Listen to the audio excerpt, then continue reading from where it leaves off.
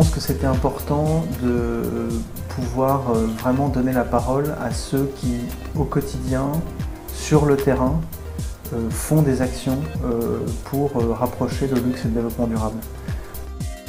Le développement durable ne doit pas être impacté, j'allais dire, par la crise. Le luxe, à la fois, effectivement, est un élément un peu à part sur la crise et s'en sort plutôt bien. En fait, on est de plus en plus dans un monde qui devient assez binaire. Et donc, on va avoir les ultra riches qui vont faire marcher l'industrie du luxe, et puis, de l'autre côté, ceux pour qui ça va être beaucoup plus difficile. Néanmoins, cette nouvelle clientèle du luxe, qui sont les ultra net worth individuels, donc en gros les gens extrêmement riches, eux ont une conscience écologique, une conscience de développement durable qui se développe de plus en plus, qui va pouvoir alimenter ce rapprochement entre le luxe et le développement durable. Les industriels du luxe et les entreprises du luxe ne peuvent pas échapper à la tendance développement durable. C'est-à-dire qu'aujourd'hui, c'est le sens de l'histoire, donc c'est même plus une question de choix. C'est comment ils vont y aller, à quelle vitesse, quels sont les premiers à y arriver, quels sont les avantages clients qui vont être retirés, etc., etc.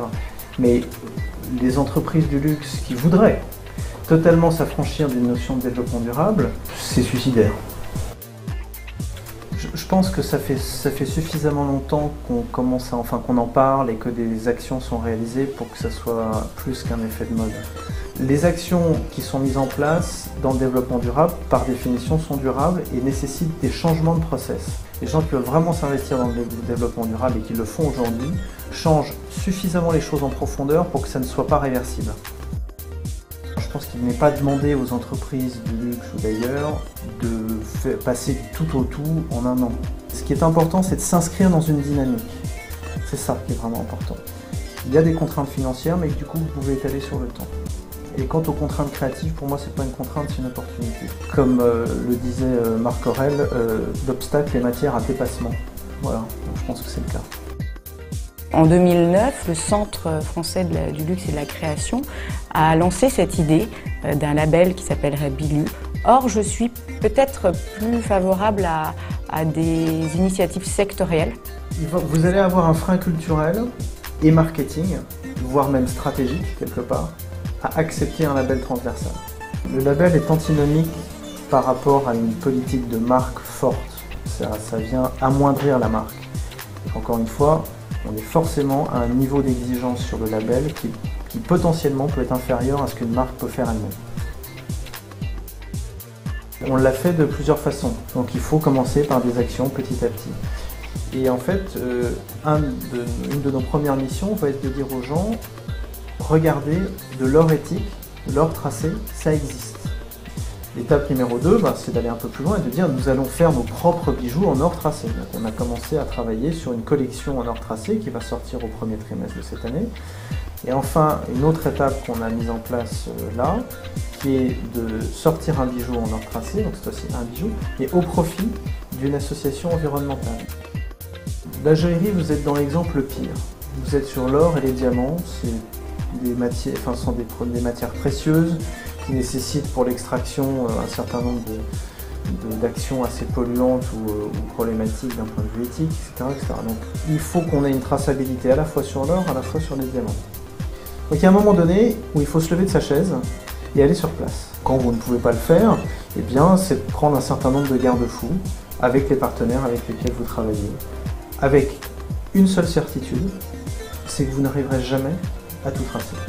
Donc après, il faut faire de son mieux et être transparent sur la façon dont on fait. Alors le slow luxury, on l'a largement emprunté au concept de la slow food.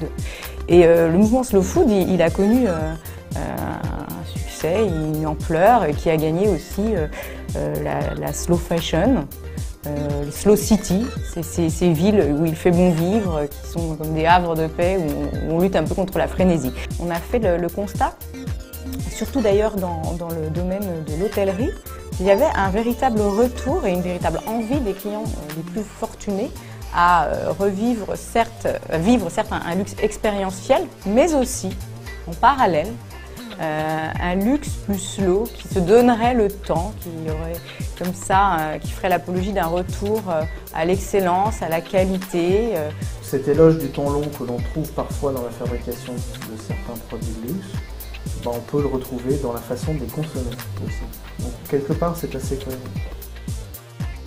Les médias donnent encore trop souvent une vision négative, contraignante, culpabilisante parfois même, de l'écologie, du passage à une économie plus légère.